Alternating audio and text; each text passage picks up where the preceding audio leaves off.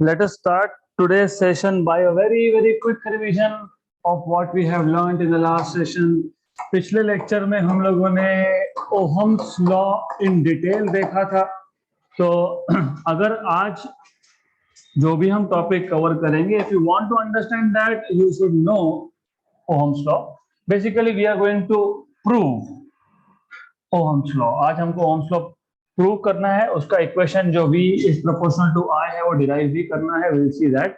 तो the idea was simple.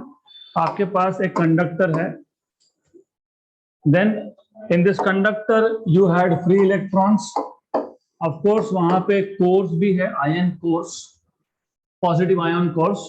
तो if you remember, as soon as you connect battery मतलब basically potential difference.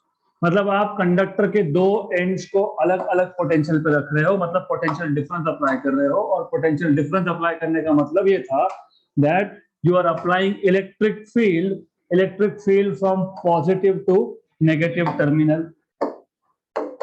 तो electric field जैसे ही आपने अप्लाई किया, the motion of electrons is now drifting towards the positive end of the terminal, right? On the positive terminal of the battery. So I am not saying कि यहाँ पे random motion खत्म हो गया। As I told you, अभी भी ion course वहां पे है, और ये जो electrons है they will still keep on colliding with this ion course. तो जो electron है they will still collide with the ion course, मतलब random motion है। Because of the random motion there is collision. But additionally, when you apply electric field, then collision plus drift motion is there. So collision तो हो ही रहा है, additionally electrons are also drifting. So electrons are colliding and also they are drifting. वो आगे भी बढ़ रहे हैं और वो collide भी हो रहे हैं, तो collisions are there. So if you remember, according to Ohm's law, अब इलेक्ट्रॉन्स मूव होंगे, जब भी चार्जेस मूव होते हैं तो करंट मिलता है, राइट? तो when electrons are moving you have current. तो अकॉर्डिंग टू ओहम्स लॉ, जितना ज्यादा पोटेंशियल डिफरेंस अप्लाई करोगे उतना ज्यादा इलेक्ट्रिक फील्ड होगा और उतना ही ज्यादा करंट होगा। तो V is proportional to I। तो V equal to IR, where R is resistance and it is constant of proportionality. Then if you remember, ये अगर आप इसका ग्राफ देखोगे, if you plot current on the X axis, potential difference on the Y axis, आपको मिलेगा a straight line passing through origin, right? Good. Remember, इस straight line का equation आप कंपेयर कर सकते हो y इक्वल टू mx के साथ। You will get v equal to ri। x की जगह पे I, v की जगह, y की जगह पे v, तो स्लोप की जगह पे r। तो रेजिस्टेंस अगर आपको फाइंड करना है, resistance is slope of IV curve. इसको IV कर्व भी बोलते हैं, इसको IV ग्राफ भी बोलते हैं, इसको IV कैरेक्टरिस्टिक्स भी बोलते हैं। तो रेजिस्टेंस इज स्लोप, किसका स्लोप? IV कर्व का। अगेन, अगर आपको मैथमेटिक्स का थोड़ा सा बेसिक्स पता है तो आपको पता होगा, if there is a straight line passing through origin, ये एंगल कांस्टेंट होता है। कांस्टेंट क्यों? मतलब यहाँ पे मेजर करूंगा तो भी वही एंगल मिलेगा, यहाँ मेजर करूंगा तो भी वही एंगल मिलेगा। एंगल कांस्टेंट मतलब स्लोप कांस्टेंट। ये वर्ड याद रखना, एंगल कांस्टेंट यहाँ पे मतलब स्लोप कांस्टेंट। मतलब स्लोप क्या था? रेजिस्टेंस, मतलब resistance is constant. Good. Then इसलिए तो कांस्टेंट ऑफ प्रोपोर्शनलिटी बोला है उसको। Now today we want to derive Ohm's law. उसको हम बोलते हैं basically, you want to derive, but according to your book इसको बोलते हैं physical origin of Ohm's law. Physical origin of Ohm's law. तो हाफ स्टोरी तो वही है, half story is the same. मतलब आपको वापस से बोलेंगे, वी नो दैट, हमारे पास अगर कंडक्टर है, so we know that, what do you know? In a conductor you have large number of free electrons. This large number of free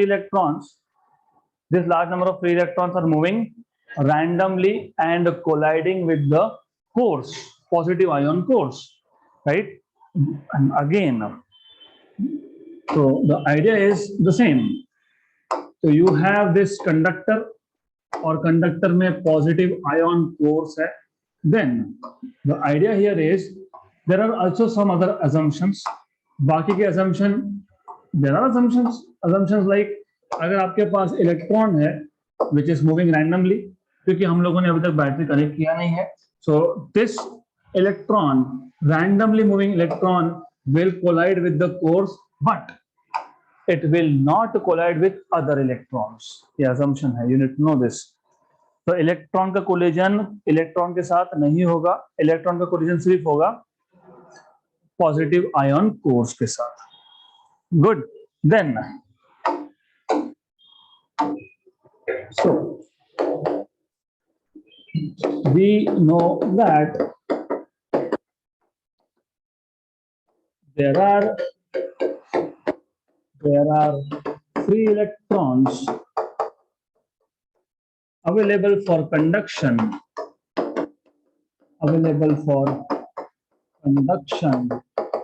inside a conductor.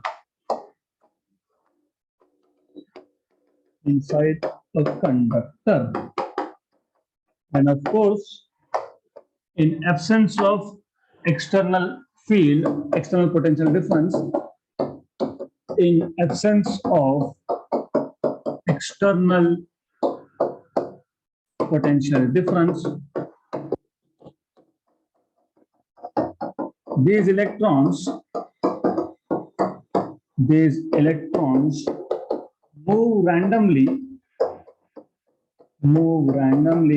and collide with ion cores. As I told you, it is assumed that the electrons do not collide with each other.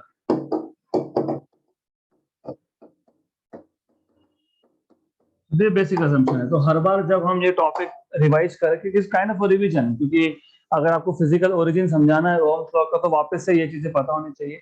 तो हर बार हम जब ये चीज को revise कर रहे हैं तो एक एक नया पॉइंट आ रहा है. सो यू सी, सबसे पहले मैंने बताया था कि ड्रिफ्ट मोशन क्या. फिर अगले दिन मैंने आपको बताया ड्रिफ्ट हो रहा है मतलब रैंडम मोशन नहीं है, ऐसा नहीं है, there is random motion. Then we spoke about collision of electrons with ion core. Now we are saying कि because electrons are randomly moving, तो ऐसा भी हो सकता था कि electrons are colliding with each other, but that is not the case. तो इतना आपको पहले पता होना चाहिए. Now in presence of external electric field, जैसे ही आपने एक्सटर्नल इलेक्ट्रिक फील्ड मतलब एक्सटर्नल बैटरी मतलब पोटेंशियल डिफरेंस अप्लाई कर दिया, तो as you know electrons, the motion of electron will become a combination of random motion and drift motion. तो इस केस में अब इलेक्ट्रॉन्स का मोशन जो है वो कॉम्बिनेशन है किसका? Random motion and drift. मतलब ये इलेक्ट्रॉन जो है ये ऑफ कोर्स कोलाइड हो रहा है, तो of course it is colliding due to random motion, but overall it is also going forward. तो overall it is also going forward, तो उसका ड्रिफ्ट भी हो रहा है. This is something really important. अब जैसे मैंने आपको बताया कि हर बार हम लोग एक एक नया पॉइंट डालते जाएंगे. We will go on putting one point. अब as you already know, electric field का डायरेक्शन था पॉजिटिव से नेगेटिव. ये है electric field E, positive to negative. Then drift, electron का ड्रिफ्ट नेगेटिव टर्मिनल से पॉजिटिव मतलब इलेक्ट्रिक फील्ड के अपोजिट डायरेक्शन में हो रहा है. गुड. बट इसको बताने का और एक तरीका भी है. How you can say it? Example, अगर मेरे पास एक ऑब्जेक्ट है, लेटर से मेरे पास कोई एक ऑब्जेक्ट है जो रेस्ट पे है, वो अपने आप मूव नहीं होगा. वो मूव कब होगा? जब आप उस पर एक एक्सटर्नल फोर्स लगाओगे, अनबैलेंस फोर्स लगाओगे. गुड. तो लेट अस से आई हैव अ ऑब्जेक्ट, उसको मैंने एक एक्सटर्नल फोर्स लगा दिया, मतलब इट स्टार्ट्स मूविंग. तो what is the direction of motion? In the direction of force. Very good. So that is important. तो ये पता होना चाहिए because we want to derive some equation. तो पहले मैं basic यहाँ पे जो भी हमने देखा I will note it down. So सबसे पहले you need to explain exactly what is happening. तो आपको पता होना चाहिए in presence of electric field, या फिर आप बोल सकते हो when potential difference is applied. तो ऐसा ही बोल सकते हो when external potential difference is applied, when external potential difference is applied across the ends of conductor, then the motion of electrons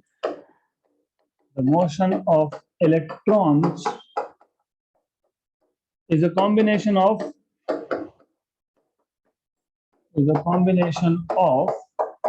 random motion. Random motion क्या करवाता है? Collision, which leads to collision with ion cores and drift motion.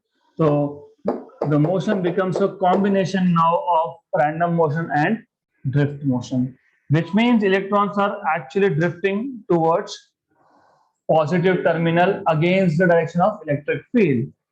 तो अब ऐसा बोल सकते हो this means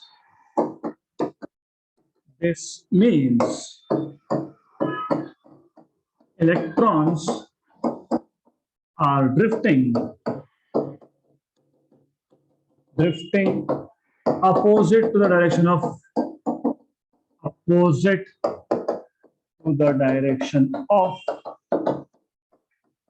electric field.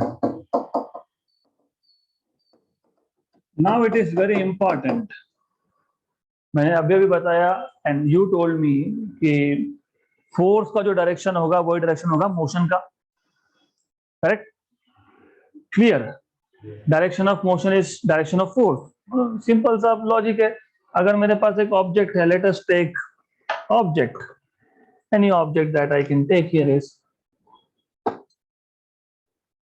ये एक प्लेटफॉर्म है, उसके ऊपर एक ऑब्जेक्ट रखा है, मैंने फोर्स लगा दिया लेफ्ट टू राइट, तो ऑब्जेक्ट कहाँ मूव हो रहा है? Left to right. तो जिस डायरेक्शन में मोशन हो, सुन लो अच्छे से, मैंने बोला फोर्स का और मोशन का डायरेक्शन सेम होता है. मतलब जिस डायरेक्शन में मोशन है उस डायरेक्शन में फोर्स है, राइट? तो इलेक्ट्रॉन का मोशन का डायरेक्शन क्या? This, right? मतलब इस डायरेक्शन में फोर्स होना चाहिए, है ना? फोर्स होगा तो ही मोशन होगा. Good. So do you remember what is the force acting on a charge inside external electric field? ये इलेक्ट्रोस्टैटिक्स में मैंने करवाया था. What is the equation of force on any charge? I don't want to listen to this. 1/4 pi epsilon 0 q1 q2 by r square. ये होता है force between two charges at rest. This is not the force experienced by a charge when kept in external field. आपको जब हमने electric field define किया था तब हम लोगों ने Q into E force acting on a charge inside electric field, charge into electric field ऐसा डिफाइन किया था हमने. So as you know, drift motion in direction of opposite to electric field का मतलब ये होगा. So this implies there is a force in the direction opposite to electric field.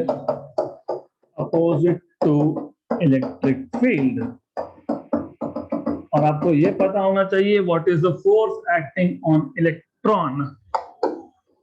Therefore, what you know is the force acting on an electron, single electron की बात कर रहा हूं क्योंकि एक इलेक्ट्रॉन की बात करोगे सबके लिए सेम ही होगा.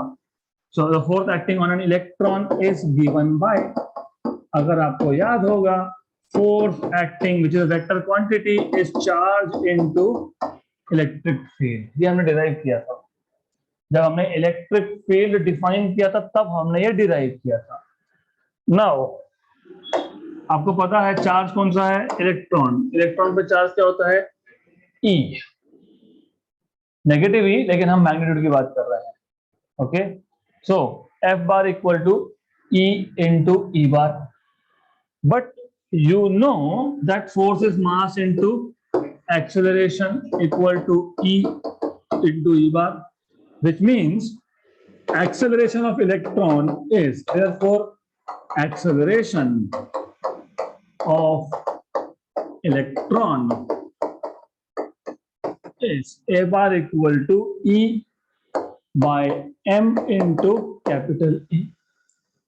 अगर मैं सिर्फ मैग्नीट्यूड की बात करूं तो magnitude wise you can write down A equal to E by M into E, equation number 1. Let's say number 1. Okay, यहां तक क्लियर? तो थोड़ा थोड़ा एक्स्ट्रा हम लोग डालते जा रहे हैं इसमें. तो पहले हमने बोला कि रैंडम मोशन है, फिर हमने बोला बैटरी लगाओ ड्रिफ्ट मोशन है, फिर हमने बोला नहीं दोनों ही है, रैंडम है और ड्रिफ्ट है. अब पता लग रहा है कि random motion leads to collision, मतलब random motion leads to resistance. आपको समझेगा बाद में कि जो कोलिजन हो रहा है that is why there is resistance, क्योंकि यही तो अपोज कर रहा है ना. बैटरी तो हेल्प कर रहा है इलेक्ट्रॉन को मूव होने में, अपोज कौन कर रहा है? कोलिजन. तो collision leads to, I mean random motion leads to collision, or drift motion is because of potential difference V applied here, right? अब पता लगा कि अरे मोशन है तो मोशन जिस डायरेक्शन में होगा डायरेक्शन में फोर्स है, मतलब इलेक्ट्रॉन पे फोर्स लगना चाहिए, and force is given by Q into E, but charge on electron is E, so E into capital E. But force is mass into acceleration, so acceleration is this. Acceleration आ गया आपके पास E upon M into electric field. अब आगे क्या होगा? अब सोचो, मान लो हमारे पास एक इलेक्ट्रॉन है विच इज बेसिकली, ये इनसाइड द मटेरियल का सिनेरियो है. This is inside the material, this is all happening inside the conductor. मान लो एक इलेक्ट्रॉन है, this is an electron that I have. ये इलेक्ट्रॉन यहाँ पे आया, कोलिजन हुआ, फिर यहाँ पे आया, कोलिजन हुआ. So there is some time between the collision. Electron, there will be some time interval between the collision. Let us say this time interval between the collision is tau. So let tau be the time between two successive collisions. Between two successive collisions.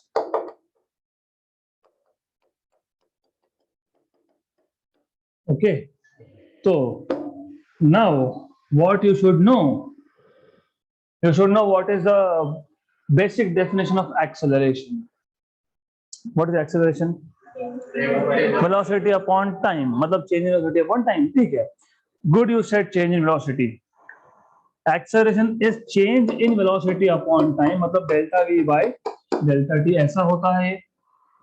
पर यहाँ जो drift motion है उसमें कुछ assumption है. Assumption ऐसा है कि इलेक्ट्रॉन का जब कोलिजन हुआ तो इससे पहले जो ड्रिफ्ट वेलोसिटी था और कोलिजन के बाद का जो ड्रिफ्ट वेलोसिटी है वो एक दूसरे पे डिपेंड नहीं करते. मतलब drift velocity before collision has nothing to do with drift velocity after collision. इसका मतलब अच्छे समझ लो, ऐसे भी केसेस हो सकते हैं, क्वाइट पॉसिबल, कि पहले कोलिजन के बाद वेलोसिटी बढ़ गया 1 मीटर पर सेकंड से, अगले कोलिजन के बाद वापस से बढ़ गया 1 मीटर पर सेकंड से, अगले कोलिजन के बाद वापस से बढ़ गया 1 मीटर पर सेकंड से. मतलब हर एक कोलिजन वेलोसिटी 1 मीटर से चेंज कर रहा है पर सेकंड, राइट? पर यहाँ पे वो केस नहीं है, because here velocity, drift velocity before collision has nothing to do with drift velocity after collision, independent है basically. Okay, तो you should know this. तो लिख लेते हैं, अभी पता है तो लिख लेते हैं. So here you should know. Well, इसको भी complete करना ही पड़ेगा. So I will complete this, but first of all I'll mention here drift velocity before collision is independent of or has nothing to do with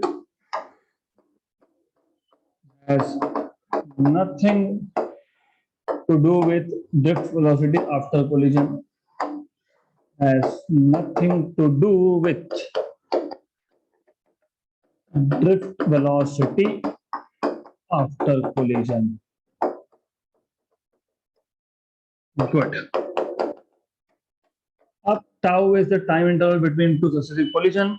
What is velocity? Velocity is, as you said, acceleration as you said is velocity upon time. तो हमको पता है, we know that, मैं लिखूंगा नहीं, मैं हटा दूंगा, acceleration is v by t, मतलब v is equal to at. Very good. तो यहाँ पे as I told you, collision के साथ साथ इलेक्ट्रॉन ड्रिफ्ट भी हो रहा है. तो मान लो यहाँ एक कोलिजन हुआ था, उसके बाद दूसरा कोलिजन यहाँ पे हुआ, तो इन दोनों कोलिजन में टाइम कितना, टाउ, और इलेक्ट्रॉन ड्रिफ्ट हुआ. यस. तो जब मैं ए का इक्वेशन यहाँ लिखूंगा या वी लिखूंगा, तो मैं बोलूंगा drift velocity is a into tau, because between two successive collision electron is drifting.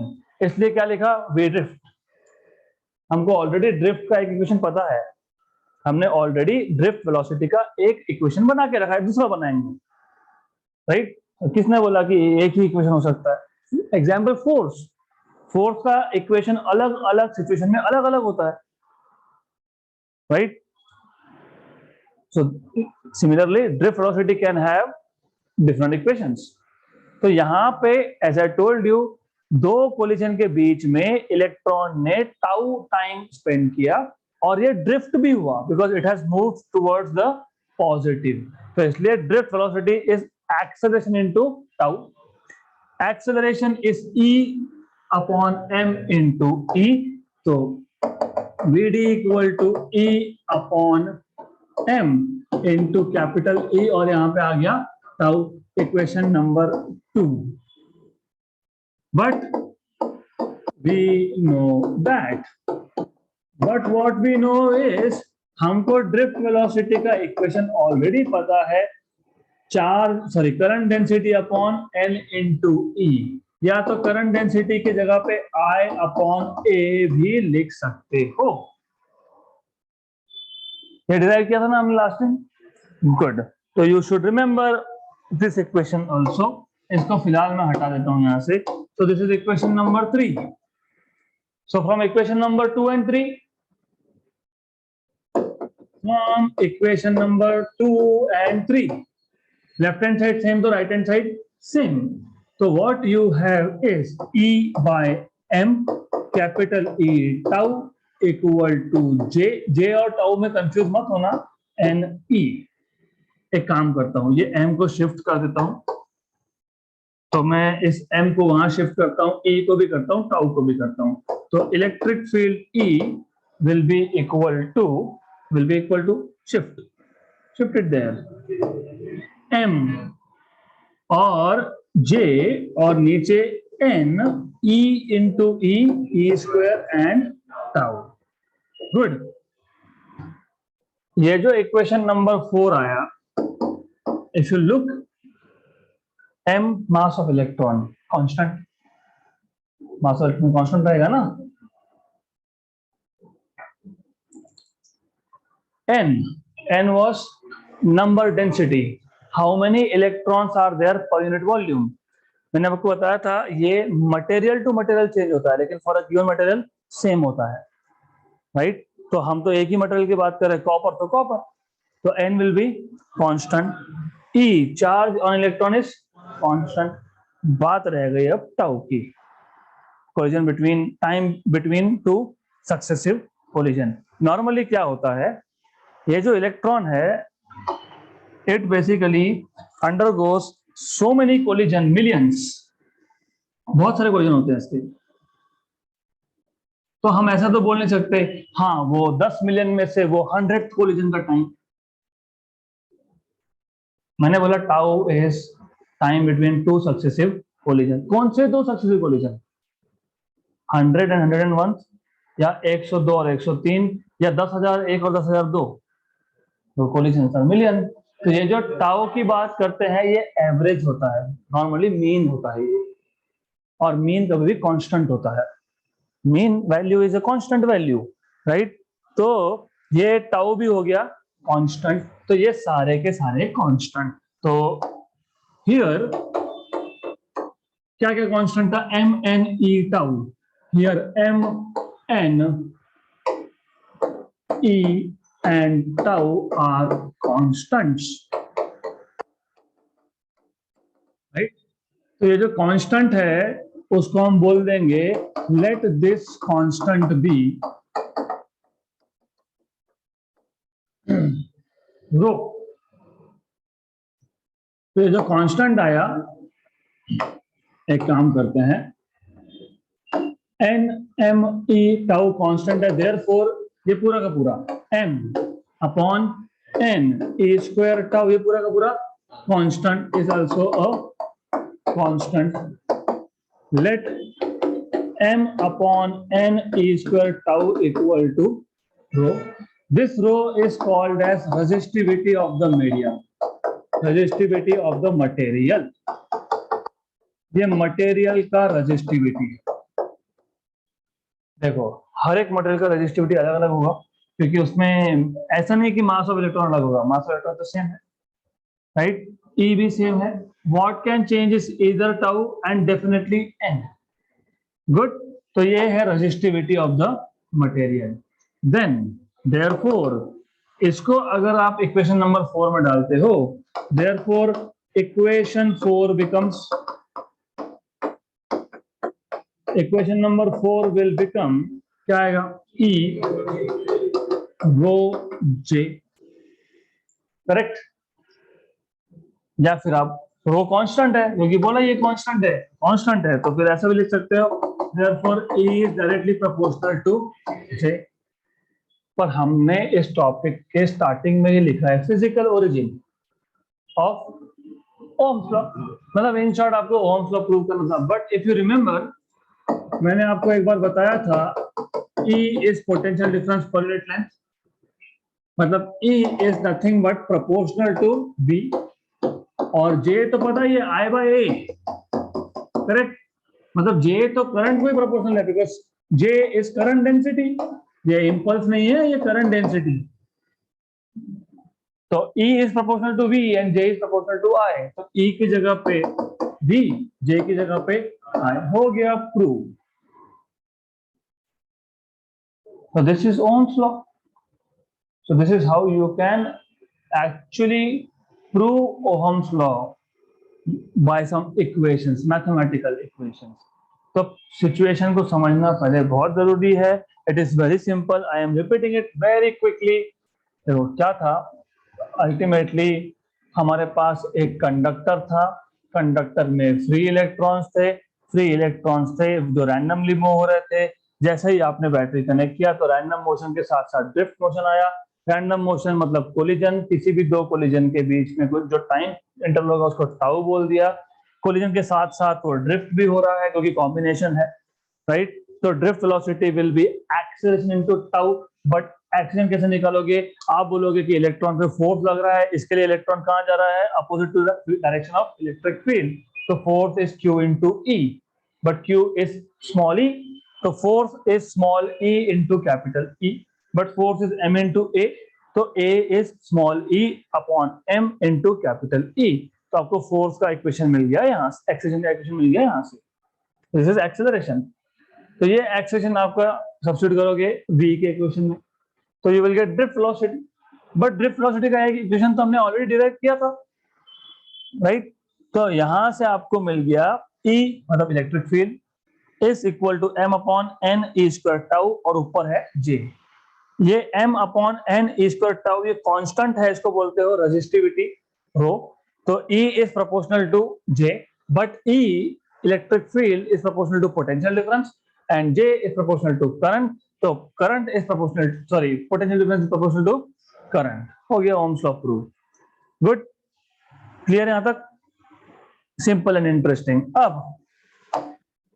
अब हमने ओम्स लॉ डिफाइन कर लिया, हमने ये भी देख लिया कि ग्राफ से हम रेजिस्टेंस कैसे निकाल सकते हैं, हमने फिजिकल ओरिजिन भी देख लिया।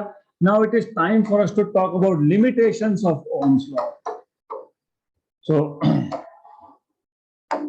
Limitations of Ohm's law. तो ओम्स लॉ के shortcomings, drawbacks, limitations, what are these limitations? So before we talk about limitation, let me tell you one thing. Electronic devices, या फिर मैं इलेक्ट्रॉनिक नहीं बोलूंगा, मैं सिर्फ डिवाइसेस बोलूंगा, कोई भी मटेरियल हो या कोई भी डिवाइस हो, it can be classified into two types. एक, और आपको ये भी याद होना चाहिए, थोड़ा टाइम पहले, थोड़ा टाइम मतलब few lectures back, if you remember, हमने एक ऐसा ग्राफ ड्रॉ किया था और आज भी मैंने बताया ये, बट एनीवेज मैंने आपको ये बताया था कि जो कंडक्टर्स, जो डिवाइसेस, जो मटेरियल्स ऐसा नेचर शो करेंगे, मतलब IV curve is a straight line passing through origin, इसको हम बोलेंगे आइडियल कंडक्टर्स। देन हमारे पास रियल लाइफ में प्रैक्टिकली आप देखोगे तो मोर और लेस तो स्ट्रेट लाइन होता ही है।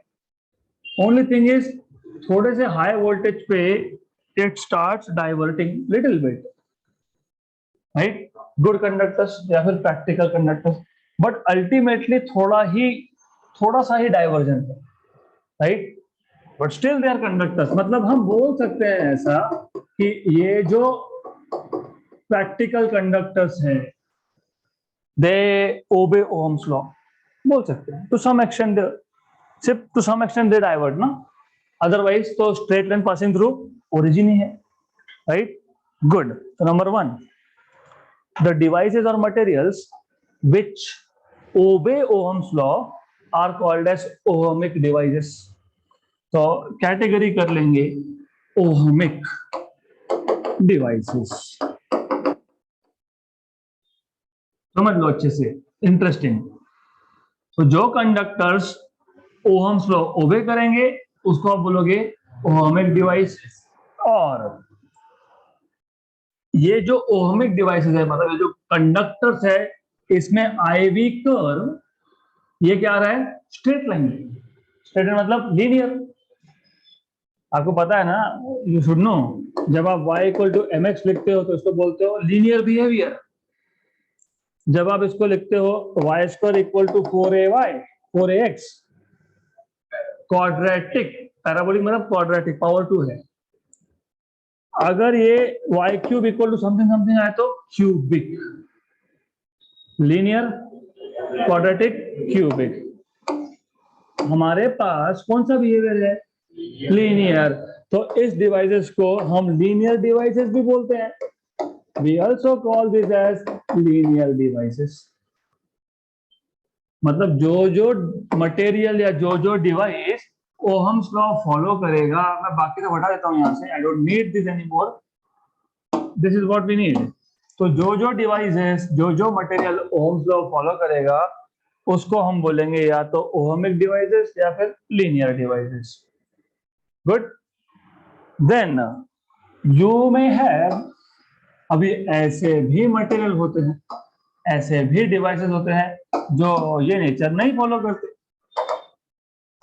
तो दे में फॉलो समथिंग लाइक दिस, हो सकता है नॉट अ स्ट्रेट लाइन, फिर इनको बोलेंगे non ohmic devices because they do not obey Ohm's law. तो नॉन ओहमिक डिवाइसेस। और ये लीनियर है क्या? नहीं। तो non linear devices, non linear devices. आप बोलोगे इसको क्वाड्रेटिक क्यों नहीं बोला, मुझे नहीं पता क्वाड्रेटिक है कि नहीं। We don't know whether V square equal to I something something, we don't know V cube equal to I, we don't know, पर लीनियर नहीं है, दिस इज फॉर श्योर, तो क्या बोलोगे, नॉन लीनियर। गुड, क्लियर यहां तक, right, खत्म हुआ। This is very interesting, that is why physics is interesting, because physics with understanding and mathematics is interesting. अब मैंने यहाँ पे बताया था आपको, इस ग्राफ में लीनियर के केस में रेजिस्टेंस कैसे निकालोगे, स्लोप, और मैंने बताया था कि अगर एंगल कांस्टेंट है तो स्लोप कांस्टेंट है, मतलब लीनियर डिवाइस मतलब ओहमिक डिवाइसेस में रेजिस्टेंस इज कांस्टेंट, तो डजंट मैटर कुछ भी वैल्यू हो वोल्टेज की, करंट की, resistance is constant. So for linear और ohmic devices resistance is constant. यहाँ पे नहीं कांस्टेंट, यहाँ पे चेंज हो रहा है। तो फर्स्ट ऑफ ऑल जैसे आप यहाँ पे R equal to V by I directly define करते हो और आपकी मर्जी वो पॉइंट लेते हो, you take here and here, find out slope. मुझे एक पॉइंट पसंद नहीं आया, I can take it here, मुझे और चेंज करना है, I can take it here and here. कोई भी दो पॉइंट लोगे तो always R equal to V by I, क्योंकि स्लोप है, स्लोप से मिल जाएगा, राइट। यहाँ पे नहीं चलेगा, यहाँ नहीं चल सकता, because doesn't have a constant slope. तो फिर क्या करेंगे, फिर आपको थोड़ा सा बैकलैश में जाना पड़ेगा, इंटीग्रेशन। यहाँ इंटीग्रेट नहीं करने वाले फर्स्ट ऑफ ऑल, लेकिन yes the idea that we use integration piecewise, छोटा टुकड़ा लो। तो हम क्या करेंगे, what we will do is, हम बोलेंगे ठीक है, हमको जिस वोल्टेज पे रेजिस्टेंस चाहिए, मान लो मुझे इस वोल्टेज पे रेजिस्टेंस चाहिए, इस वोल्टेज के से थोड़ा कम वैल्यू लूंगा और इस वोल्टेज से थोड़ा सा ज्यादा वैल्यू लूंगा। मतलब बेसिकली मुझे पर्टिकुलरली इस पर्टिकुलर वोल्टेज पे रेजिस्टेंस चाहिए था, I wanted to have resistance for this particular voltage भी, लेकिन मैंने क्या किया, ठीक है, थोड़ा सा जिस वोल्टेज पे चाहिए उससे थोड़ा ज्यादा और उससे थोड़ा कम, मतलब हमने एक small variation in voltage dV ले लिया। तो हम क्या कर रहे हैं, छोटा सा रेंज ले रहे हैं, so we are taking dV, correct. अब इस डीवी के लिए करंट करंट करंट भी आपको मिलेगा डी आई।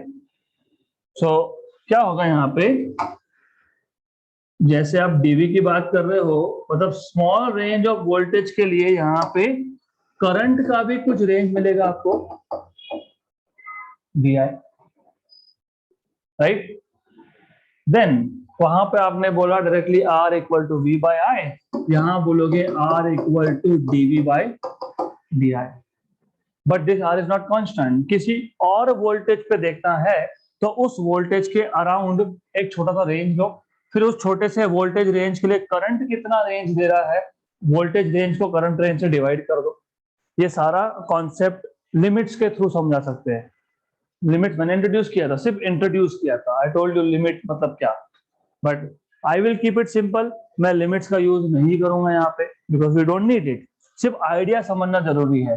तो लीनियर डिवाइसेस मतलब ओहमिक डिवाइसेस मतलब R is constant and R is variable, R is changing, right.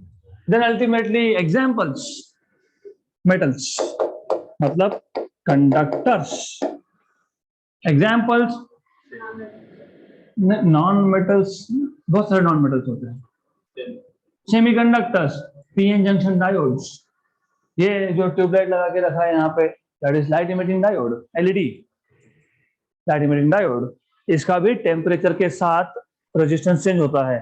तो you can say PN junction diodes, PN junction diodes, या फिर और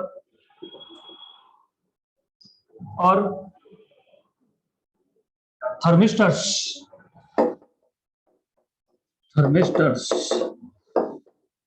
thermistors are devices in which resistance changes with temperature, या फिर liquid electrolyte, ये chemistry में आएगा, what is electrolyte, electrolytes in the form of liquid electrolytes. So these are few examples of non-ohmic or non-linear devices. Right? Topic का नाम क्या था? Limitation. Limitations हमने कर दिया category. There is limitation. Why limitation? This is the limitation. कि सारे के सारे मटेरियल नहीं ओबे करते Ohm's law. That is the limitation. And that is why you need to tell कि अरे लीनियर में ऐसा होगा और नॉन लीनियर में वैसा होगा. तो लीनियर डिवाइसेस ओम्स लॉ को ओबे करेंगे, नॉन लीनियर नहीं करेंगे. तो this is one of the limitation that not all the conducting materials obey Ohm's law. This is one of the limitation. Good. तो अभी इसको रहने देता हूं, but we will also note it down properly. तो what we will do is we will put title again and we will basically write down point by point the limitations of Ohm's law. Limitations of Ohm's law. So you have to start with saying we know that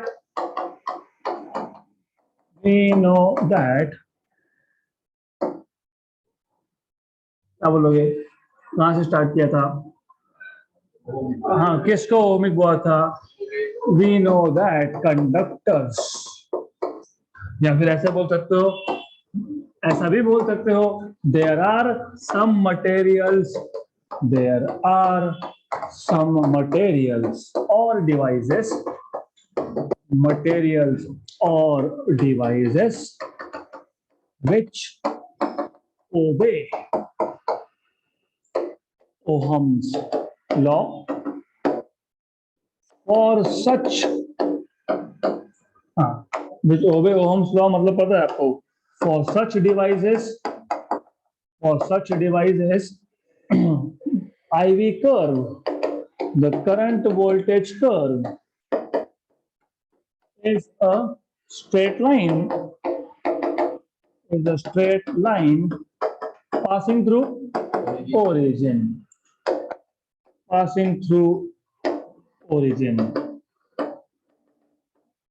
Hence, these materials or devices are known as ohmic or linear devices.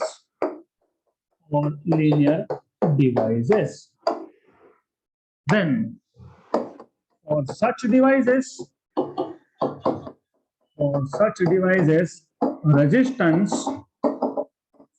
resistance क्या होता है? is constant throughout. Resistance is constant throughout. अब एक काम करते हैं, इसको figure B बोल देते हैं. We will give it reference figure A as shown in figure A. As shown in figure A. Then what? There are also some materials or devices which do not obey Ohm's law. So there also exist some materials or devices which do not obey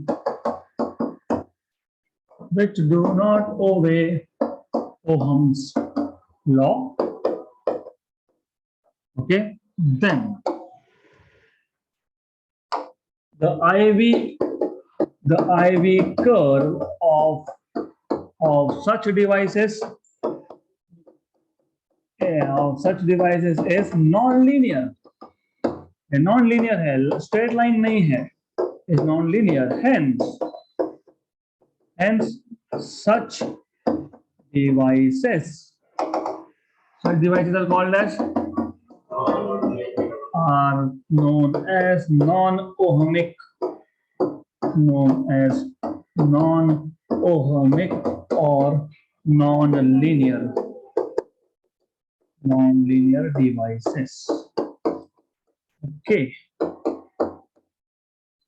Also, for such devices, resistance is not constant, so it varies from voltage to voltage. So for अच्छा एक चीज रह गई example, ठीक है, वो बोल दिया कंडक्टर मतलब एग्जाम्पल हो गया ओमिक में, नॉन ओमिक में हम लोग मेंशन करेंगे. So for such devices, resistance is not constant but varies with voltage as shown in figure B.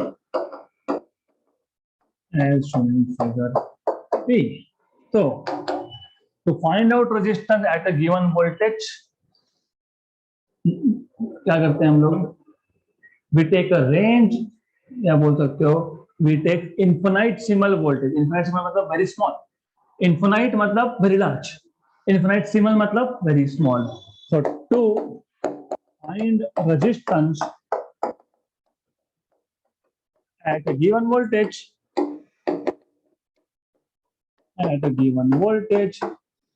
we consider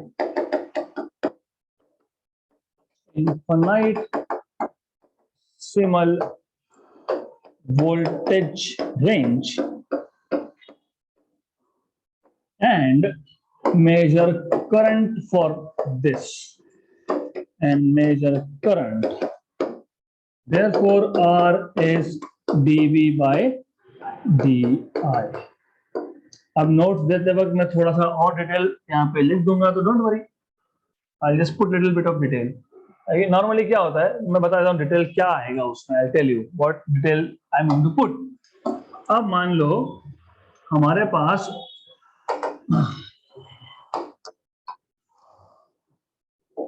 ऐसा एक नेचर था, देन मुझे एग्जैक्टली इस वोल्टेज पे फाइंड करना है.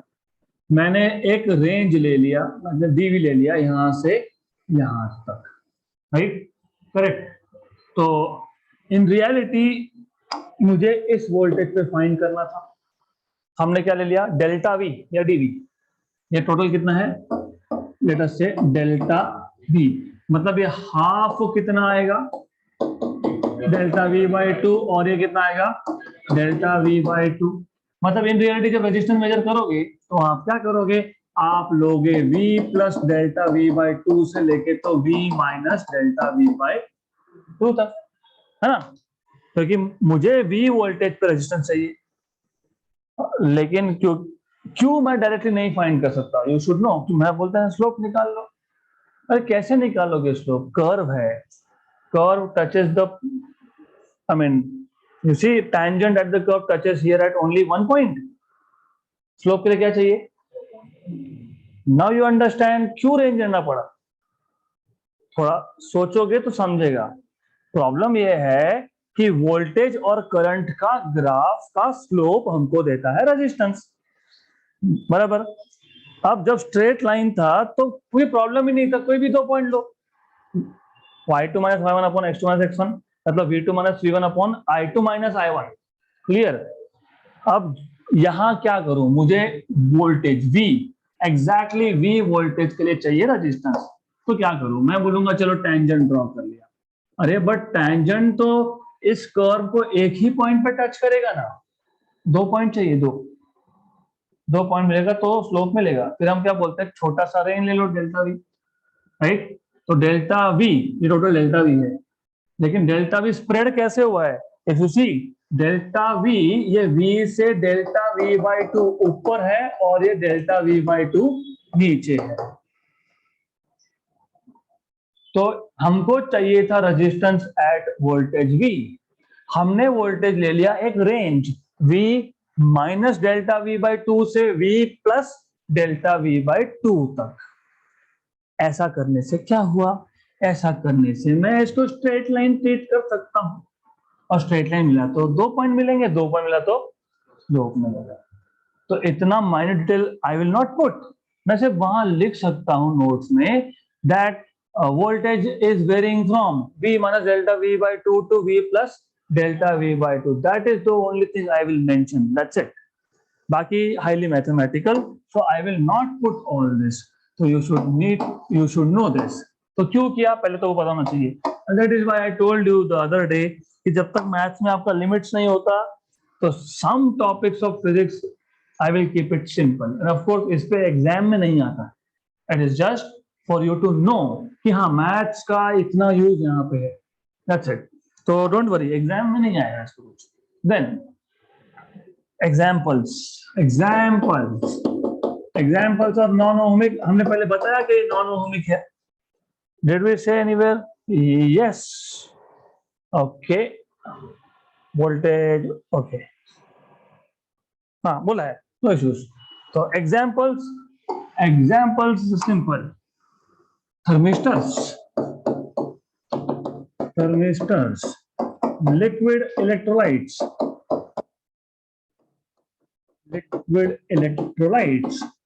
and of course PN junction diodes. And you will learn this PN junction diodes later in this course. Good? Clear? So far आज हमने first of all we have proved V is proportional to I. Then we have seen limitations of Ohm's law, और limitations is basically category कर दी यहाँ पे. Category इसके लिए की क्योंकि ये बताना था कि कोई भी करंट कैरिंग डिवाइस होगा तो वो ओहम्स लॉ फॉलो करेगा ही, ऐसा नहीं होता. इट मे और it may not follow obey Ohm's law. तो जो करेगा उसको ओहमिक डिवाइस बोलेंगे, उसको लीनियर बोलेंगे, क्योंकि ओहम्स लॉ फॉलो करेगा तो V और I का जो ग्राफ है वो स्ट्रेट लाइन होगा. इसके लिए लीनियर है तो लीनियर बोलेंगे. देन उसमें R कांस्टेंट आता है. Example conductor. Then you have materials which may not follow Ohm's law. Then those are called as non-ohmic, non-linear, क्योंकि वहां पे nature of the graph is not a straight line. उस case में resistance जो है वो वोल्टेज टू वोल्टेज वेरी कर सकता है, करेगा, होता है. Then you have thermistors. Examples, you have PN junction diodes, you have liquid electrolytes. Good.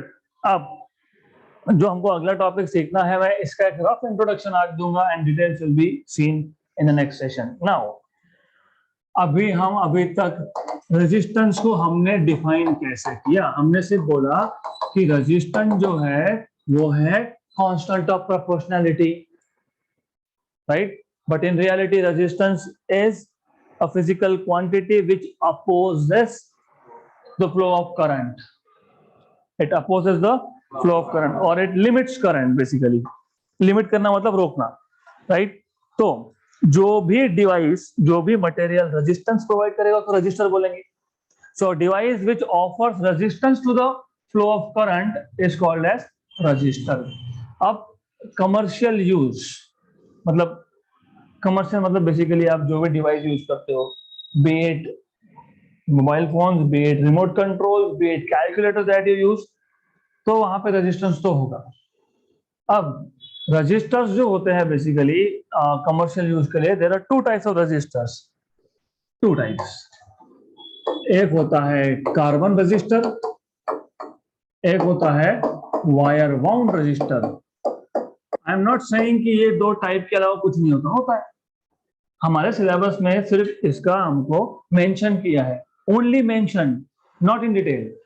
पहले था, अभी नहीं है.